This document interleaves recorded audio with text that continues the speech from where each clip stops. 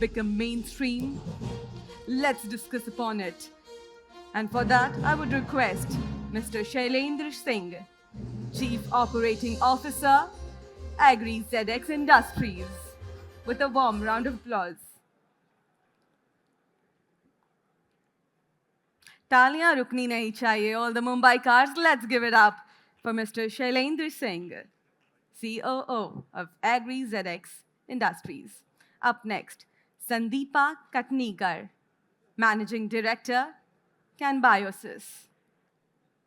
All right, ma'am, let's have a warm round of applause for her.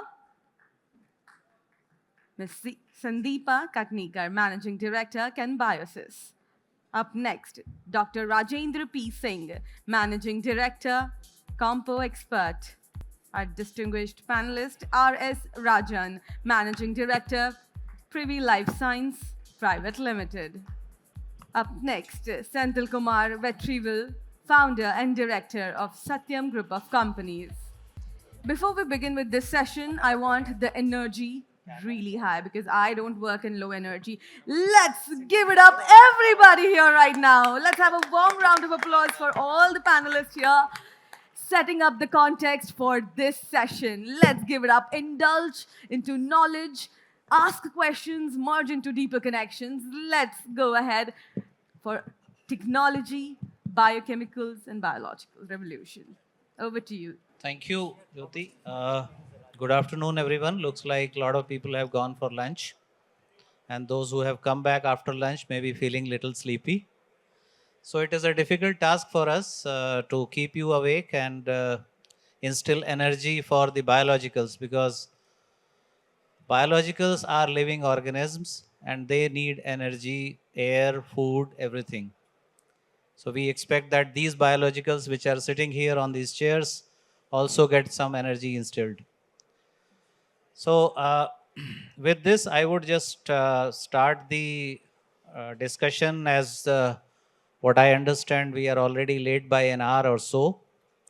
We'll try, we have got about 34 minutes and 18 seconds to go. So rather than taking everybody's time, I would request each one of my panelists to add value to this topic of biological revolution. Can bio inputs become mainstream? Now, this is being discussed for a fairly long time now, that biologicals need to be in the mainstream. And if we really look at Indian agriculture, this is one of the best suited agriculture scenario which is for the any biological input to survive and grow. We have the longest number of sunshine days. We have all kind of climatic conditions. We have good humidity, which all is very conducive for growing the microbes and biologicals. But always, there has been discussion on various aspects, and the growth of biologicals has been always under certain scrutiny. And it's growing for last 5-7 years significantly. The growth has been remarkable as compared to other inputs. So I would start with Sandeepa ma'am, and I would like to start with a positive. And the positive is, how do you see biologicals growing in future, and why you think that they are going to grow? Fantastic. So, good afternoon, all. I hope we are not keeping you hungry. And as Shailendra said, that most of you must have had your lunch. Yes, whenever we think about biologicals, we always say that okay, they can be a product which can be there in the farmer's toolbox. But I don't believe this is so, because we saw about the so many challenges right now which are there, and people in usually agricultural seminar, any seminar you go, they talk about the yield difference which is there between India and other countries, the yield difference which is there, which is troubling our farmers, not only in the markets but also in the per acre yield. You talk about sugarcane, you talk about cotton, you talk about any crop. But then these are the factors which are troubling us. And I always ask them that, okay, the problems are there, they are known to many. Why are you devoting 15 slides to the challenges? You have to devote 2 slides to challenges, and maybe the drivers then 4 slides, and then the solutions 8 slides. So this is how the ratio should be of new technologies. We all of us know what are the problems. So when Shailendra said that, okay, biologicals, can they become mainstream? I think so, provided we have great entrepreneurs. I believe India has a billion minds which can think about new technologies. I also believe that the demographic dividend and the number of farmers which are there in India, they can provide so many results to bring biologicals into the forefront, because we are experimenting on a small scale and then we are trying to take it to the world. So I believe that these small scale farmers, they can provide these touch points for the biologicals to provide the adequate kind of pilot momentum to gain into the to go out into the world. That is why we have so many biological companies who are experimenting with the local markets, trying to test the markets, trying to test their products, and seeing that if they have some success in the market, in the laboratories, they can grow. Last but not the least, I would say that the farmers, we have to be able to look at the toolbox of the farmers. I always say this in many forums, that if you see, someone was talking about 50% of the, I mean, we have a fertilizer expert sitting next to me. 50% of the input cost is devoted to fertilizers, and 30 to agrochemicals, 20 to maybe seeds, and maybe the others to biologicals, 5 to 7%. Now this has to change sizably. I always say that unless 40% of the farmer's toolbox is devoted to biologicals in terms of soil health, in terms of biofertilizers, in terms of biopesticides, and last not but least in biostimulants, then only we'll be able to expect something different, and we'll be able to get those targets which the farmers dream of in almost all the crops. So if you ask me, yes, biologicals can become mainstream, but there are different issues and challenges which are stopping them from becoming mainstream. It is for us to really, cancel out those problems, for the entrepreneurs, for the industrialists, for the policymakers, and for the academicians and the university people, to see to it that how they can be positioned and then taken across. So I hope I've answered to Yeah. your question to some extent. Yeah, thank you, ma'am, putting a positive picture on that. And I'll just move the needle to Mr. Rajan. On the same topic, what is your take on how and why the biologicals can become the mainstream? Yeah, thank you. I stay positive that definitely it's a technology whose time has come, and it's aided by a regulatory push now.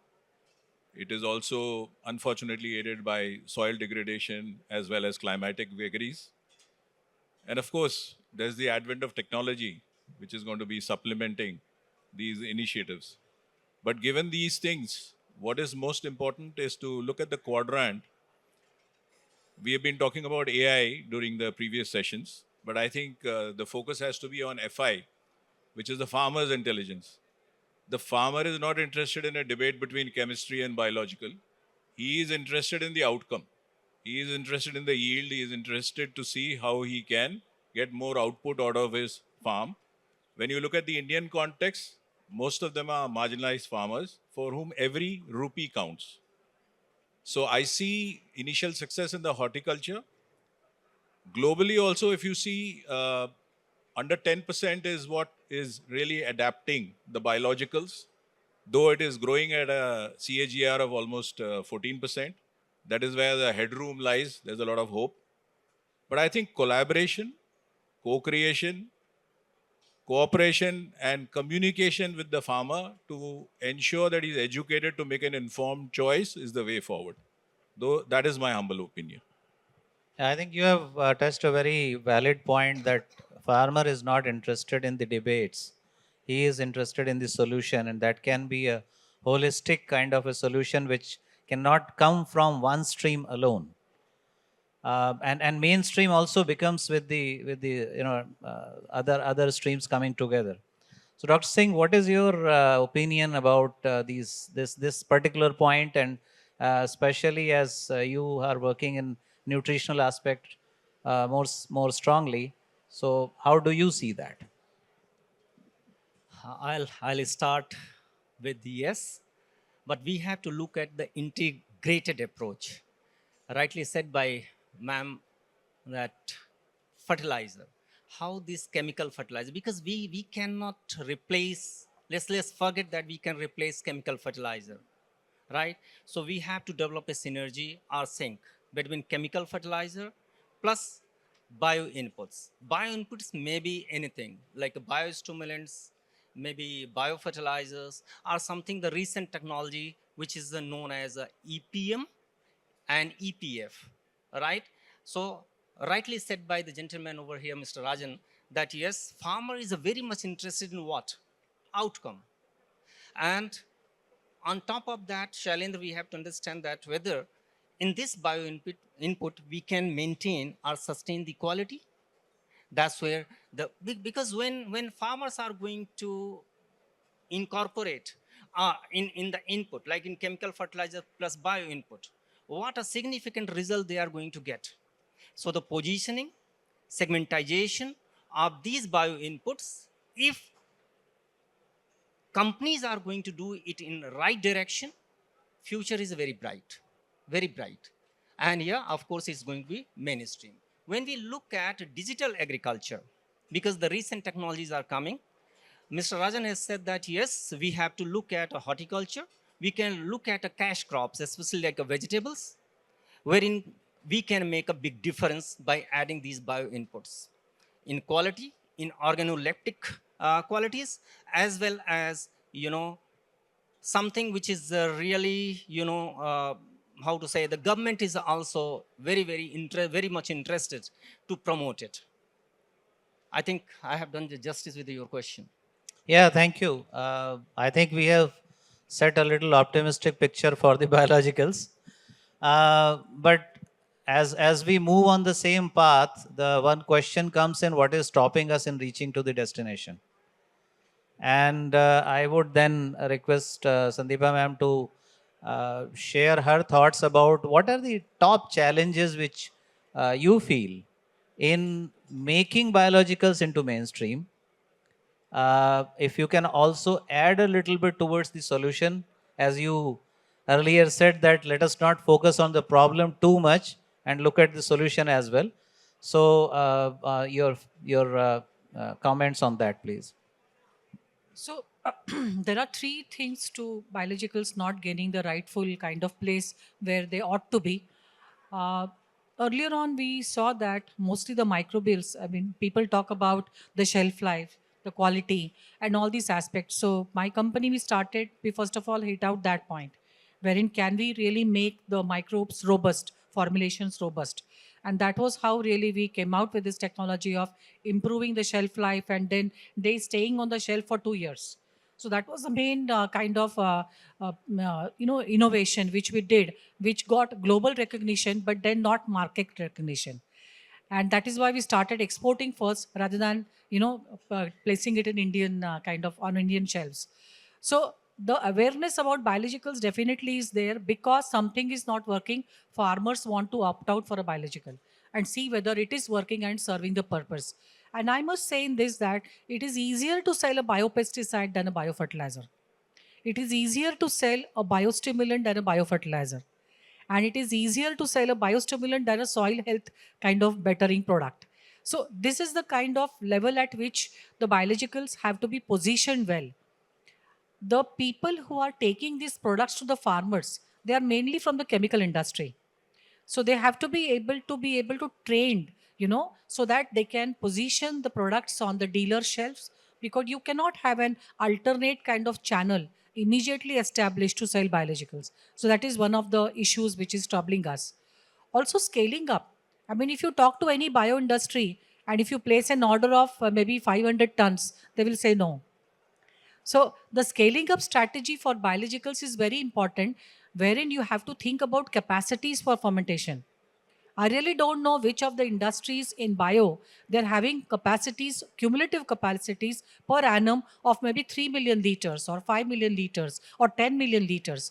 So that is the level at which you have to be able to integrate the fermentation kind of setup. I was very happy when someone here was talking about pharma level formulations. Yes, we really need that kind of setup to go into biology and go into these kind of robust formulations wherein we will not be able to have even one or microbe assessed genetically which is different from what you are giving in the bottle, because so as to get the proper results. Also the high density fermentations, we are talking about CFU count of 6 and 7 and 8, wherein people in probiotics they have gone up to 10 and 11. So you have to be able to have a modulated approach wherein the investments will be then attracted, because even if you have a proof of concept in the market and if you're not able to satisfy the kind of production or the demand, then you will not be able to scale up the biologics. So an industry who can raise 200, 300, 500 crores in biologics, that industry can be considered that okay, that can have the first bio industry which can reach up to 1000 crores. And that is where the critical mass for any bio industry lies. Thank you. I think this is a very good point and a very interesting point which you raised.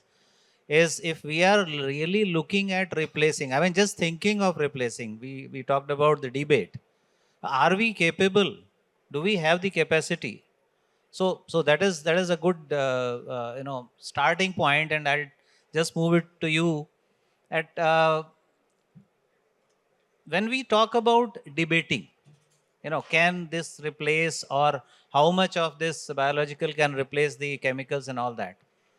Uh, don't you think that has something to do with the basic positioning first in our minds, the minds of the people who are working in this, and then how we are communicating it to the customers, and probably setting a wrong kind of a expectation, and that is why we are getting always a flag on ki it has not worked. So how do you see this as a challenge, and maybe some more issues which you might think of?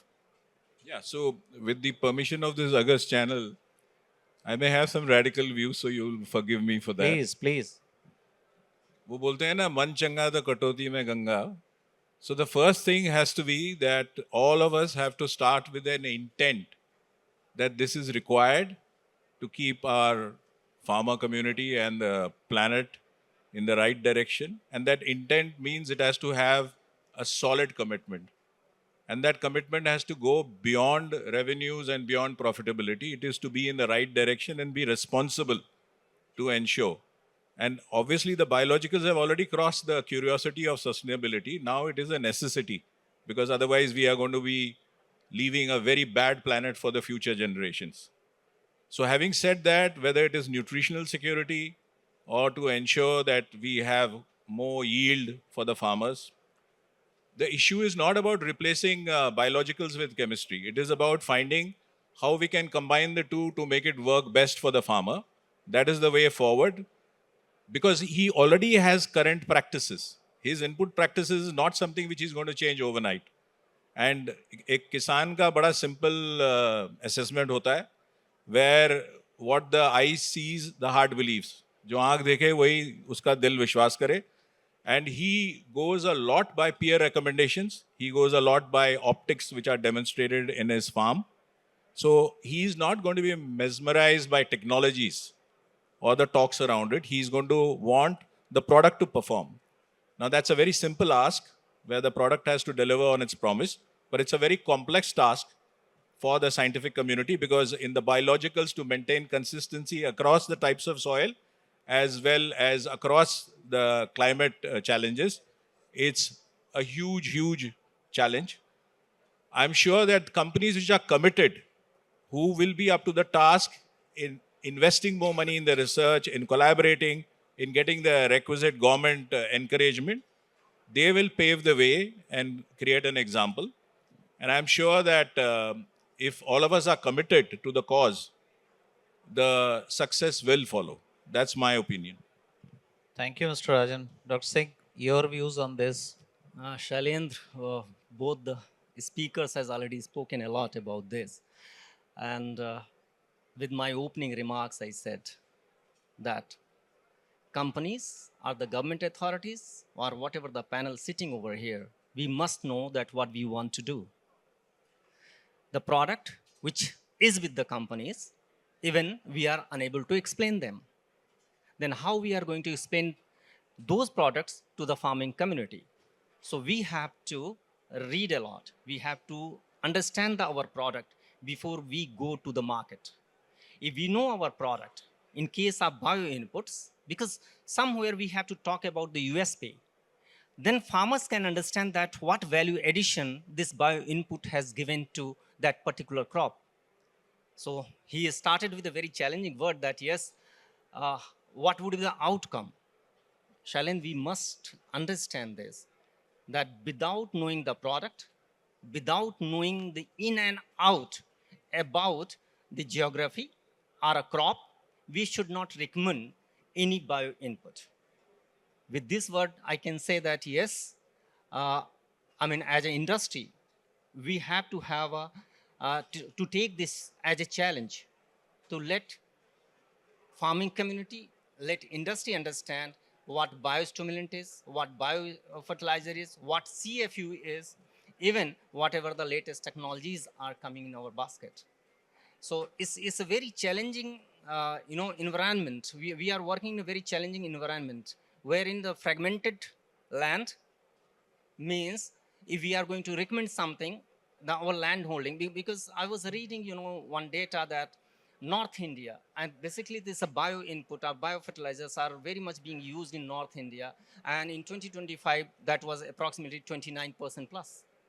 So it does indicate that yes, there is use of the biofertilizers, there is a plenty of scope for the biofertilizers, but we have to understand that how to position them, how to segmentize them, and on top of that, how to show the outcome to the farmers. Means ROI is very important. This is from my point of view. Thank you. What I could capture out of this discussion is that we need to know what we are willing to do or we want to do. Then we need to have an intent to do the same thing. Position the right performance criteria and right communication to the customer so that there is no disappointment. And then rest of the things will follow. Ma'am, you said in the beginning that a lot of companies are now coming into this field, or rather operating in this field of biologicals. Very few of them are actually focusing on technology. A lot of them are into Me Too space. Now, that is another challenge which I also see in the market when we also visit, that those lot of Me Too players, they do a lot of over communication. At the same time, when it comes to delivery, their performance almost always falters, and that kind of creates a doubt in the mind of the farmer, whether to rely on the biologicals or not. I mean, as a whole, the name of biological gets impacted because of that. Now, in such scenario, when there are a lot of players, and now there is an effort of some technology based companies to work upon it, how do you see this shaping up in the future? How the farming community is going to respond to this large number of players into this segment? A lot of them may not have the capacity, as you talked about, and capabilities and technology. How do you see this shaping up maybe next 5 to 10 years? So one thing is there that the shaping up will be done at two levels. One first level is all of us we agree that there is a very low entry barrier, you know, for any of the biological kind of companies who are producing some simple solid substrate fermentations and all, with respect to some Me Too kind of products based on trichoderma or other kind of products. So the entry barrier into the market is that they want to sell a cheap product, not a good product. And because they want a cheap product, because they are being pushed by the market kind of forces, that okay, you compete in the market because your price is less. Now these strategies work when you have a scale of operation. It's not good for an innovation. So for innovation, there has to be a super normal price, a super normal profit. And that is based on value which you give to the farmer. And value, the biopesticides or any of the simple, I'm talking about products, they are not priced as per the value which is given to the farmer. And that is the reason why the biopesticides, they die a slow death in the market. And because of this, the confidence of the farmers is also not easy to obtain. If you see that any kind of scale of operation, if you look at the chemical companies like big agrochemical companies, they are having around 45,000 plus retailers, around maybe 10, 15,000 dealers, and the scale of operation may be more than 600 crores to 1500 crores to 2000 crores. Now, if you have to be operating at that, no biopesticide company which is very small, working in 5 districts, 8 districts, 15 districts, they have reached a turnover of more than 40 crores or 30 crores. The reason being that you cannot spend money from innovation to marketing to after sales. And that is the reason a lot of these biopesticide companies are not finding that strength, because they are not able to convince the big players with their technology on one hand. And on the second hand, they are not able to survive in the market with rudimentary technology. I call it rudimentary because a technology which can be replicated immediately by maybe 100 people, that cannot be considered as a technology, even though the market needs trichoderma. So you have to be able to have certain entry barriers. I'm happy that at least in biostimulants, the government has been able to put some kind of regulations in place, if not the best. This has in fact narrowed down the number of people who are coming into biostimulants to some extent. Maybe there are Me Too kind of products, but still there is a kind of, a pushback which is there in the market that, okay, now we will be scrutinized under the microscope, which is already there in chemical kind of companies, that, okay, they can't just keep on producing, adding products. They have to be answerable to the FCO. So regulation is also one of the thing. And then once this scaling up strategy is visible in the market, the investments are then going to come in. If these the three things cyclical, they are not going to happen, then no biopesticide or biofertilizer company can go up to the level of maybe the latest trend right now is RNAi, or no, dsRNA. So that extent, you have to be able to think about giving robust formulations, having the technology, having the scaling up strategy in your mind, so that you are able to go to that extent and then help the farmers, not maybe one district farmers, 5 district farmer, 10 district farmer, but all the 440 districts or whatever, 600 plus districts in India. So that is what I really believe. We need a lot of momentum in biologicals, and that will only come with the proof of concept, the value, the ROI. Thank you, ma'am. I'll move to Mr. Rajan once again. And since we talked about technology, one of the things which you also mentioned, and I also feel like when I go in the market, one of the biggest challenge which comes about the biological products is the consistency. This consistency definitely cannot come without the intervention of technology. Now, whether we talk about the microbial encapsulation for the improved shelf life, or a better delivery system, or the better performance, creating a microenvironment in and around the plant, and all so many other. I'm not talking about RNA and dsRNA kind of technologies, but the basic technology where the delivery system and the performance consistency is the benchmark, at least the basic benchmark. How do you see this particular trend catching up in the future, or are companies really looking at that aspect, or are we just few panelists talking about it?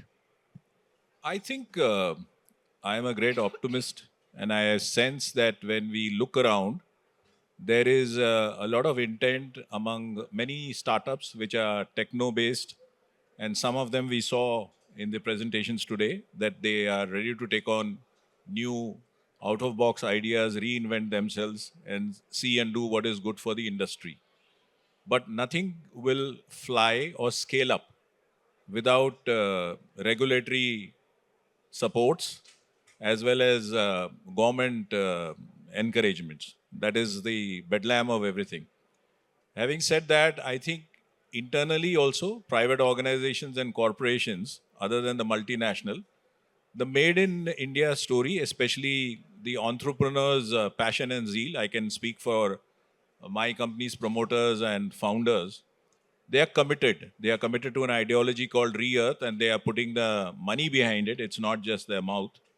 So therefore, that ideology becomes a cause and a purpose for which the entire organization works, to see that the product mix that they introduce, or the technologies that they bring in, or in the R&D investments which are made, are in tune with that. However, as ma'am also was talking about, when it comes to scalability and the go-to-market piece, people who already have distribution networks, and they are operating at a scale of brick and mortar 45,000 to 100,000 outlets. It's not easy for a small company with even a very good technology to come up. So maybe they'll have to initially settle with the B2B routes of riding on the shoulders of some of these bigger organizations. Recently also, there has been some legislation, and there has been some regulatory reforms on the bundling part, which has come up for a fair amount of controversy, because most of the companies are government owned. So the subsidy is another area where they are questioning how will we exist if we don't bundle. But when that does not happen, it will also open avenues for companies which have good technologies and good product which meet the product promise. So everything is going in the right direction, maybe not at the speed at which one would desire, but I think it's happening in the right direction. There is technology infusion. There is a startup culture which is building up. There is an entrepreneur zeal. We've seen some of the doyens of the industry who have been acquiring and growing. So I think we are on the move as a nation. And this agri sector also has infused new technologies, new talent. The scientific talent available is very, very good. They just need to be channelized.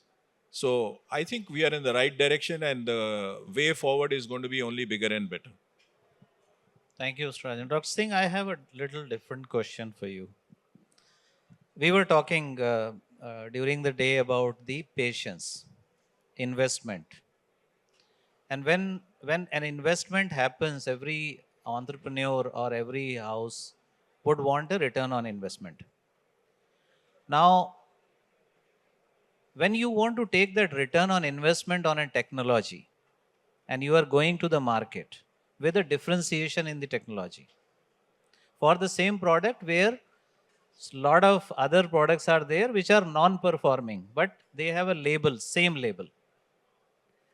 Now, how do you take your product there and capture the value? As ma'am also said, we need to position and capture the value rather than the cost plus model. But it is not happening because when you are going with a capturing value situation, what happens is every time the farmer says, okay, trichoderma ही तो है, वो तो मुझे 20 रुपए में मिल रहा है, तुम 100 रुपए किस बात के ले रहे हो? So what is your take on that particular thing, how to position and this challenge, I mean, in your opinion, how this challenge can be overcome? Shailendra, we are sailing the same boat, right? So without patience, I mean, in plant nutrition industry, because the plant nutrition industry means biostimulants are microbiomes, are the biofertilizers, are the bioinputs, right?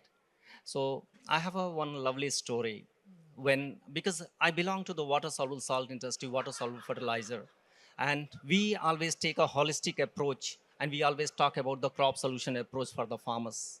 And we are very much into bio inputs like the biostimulants, and also we have developed some products with bacteria, incorporated with the magnesium or with the zinc, or something in biostimulants like Bacillus amyloleucofaciens. And when we started this journey, that how to show the difference to our farming community or to our patron, believe me, it needs a patience, Herculean task, and minimum 3 seasons to convince our team, our stakeholder, and on top of that, to our patrons farming community.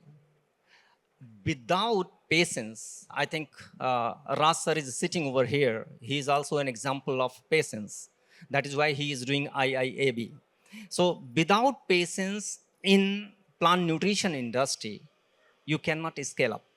When I started Compo Expert in 2011 with a mere turnover of 0, and today, if I'm sitting in 1,000 crores, so it's only matter of patience. 3 years to 5 years, believe me, I was struggling to reach 3 million euro turnover or 4 million euro turnover.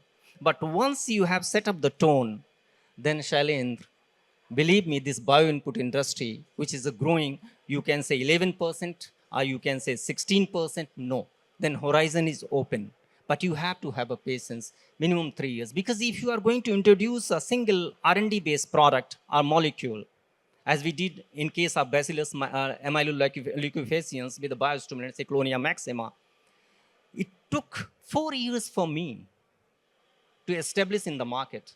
And today, if I'm doing more than 350 KL in 5 years duration, and how to show the ROI, that's where I was talking about, that we have to talk about a particular USP to the farmer, and we have to show them into the field in their field. That's what you are getting a benefit out of that. Combination, again, I'll say, Rajan Saab, chemical fertilizers with bio inputs, because chemical fertilizer indicates water soluble salts also, water soluble fertilizer industry also. We can talk about SOP base also. Even in SOP based fertilizer, we have added on Bacillus subtilis, a different strain, which is really working. So we have to synchronize, we have to integrate, chemical fertilizers or water soluble fertilizers along with the bio inputs, maybe bacteria, as I was talking about EPN, I was talking about EPF. You both are from the production industry. I'm from the marketing industry, but we are also having our R&D worldwide. And we have developed some beautiful products wherein Shailendra, trials are going on. We are trying to show our stakeholders look at us that yes, how long will take? It may take 3 seasons, 2 years, 3 years, and we have to have a patience. Then we are going to get a benefit, and we can show the benefit to our farming community.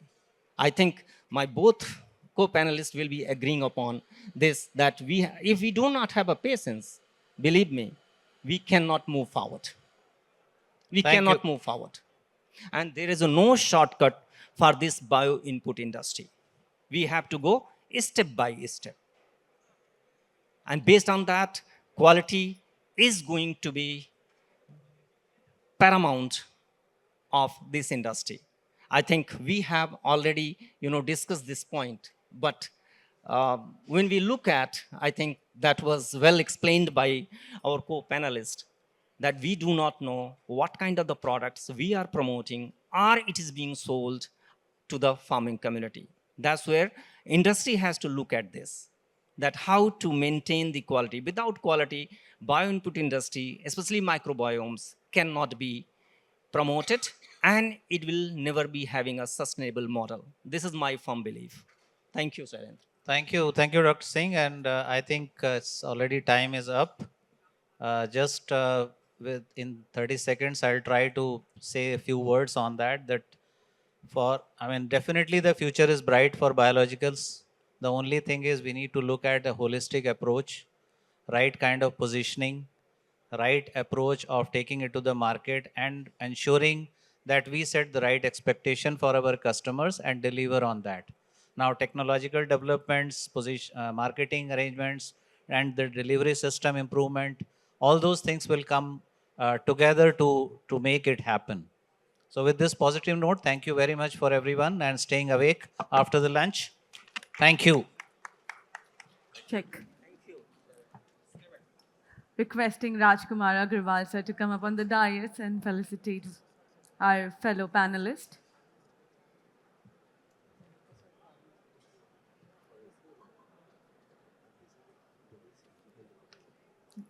Please proceed. So, first, Shailendra Singh, Chief Operating Officer, Agri. I would like to have a very different kind of jugalbandi here. You know what we are the topic is biologicals revolution. So I would like to call the king of chemicals, Jitendra ji, to come over here and see that ye jugalbandi kaise bajegi. Let's give it up for him. Let's have a warm round of applause.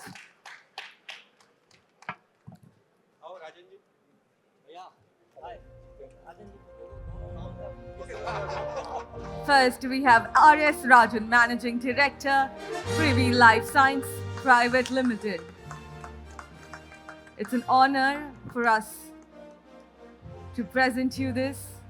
Up next, ladies and gentlemen, Dr. Rajendra P. Singh, Managing Director, Compo Expert. Up next, Sandeepa Katnikar, Managing Director, Canbiosis.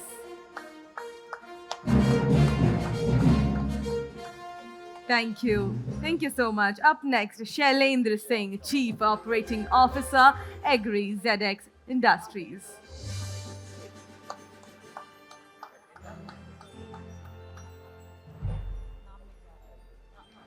Thank you very much to all of our panelists for joining us for the first day of IIAB 4th edition 2026 right here in the center, in the courtyard of Nita Mukesh Ambani Cultural Center, celebrating life, culture, and aggregation at the same time.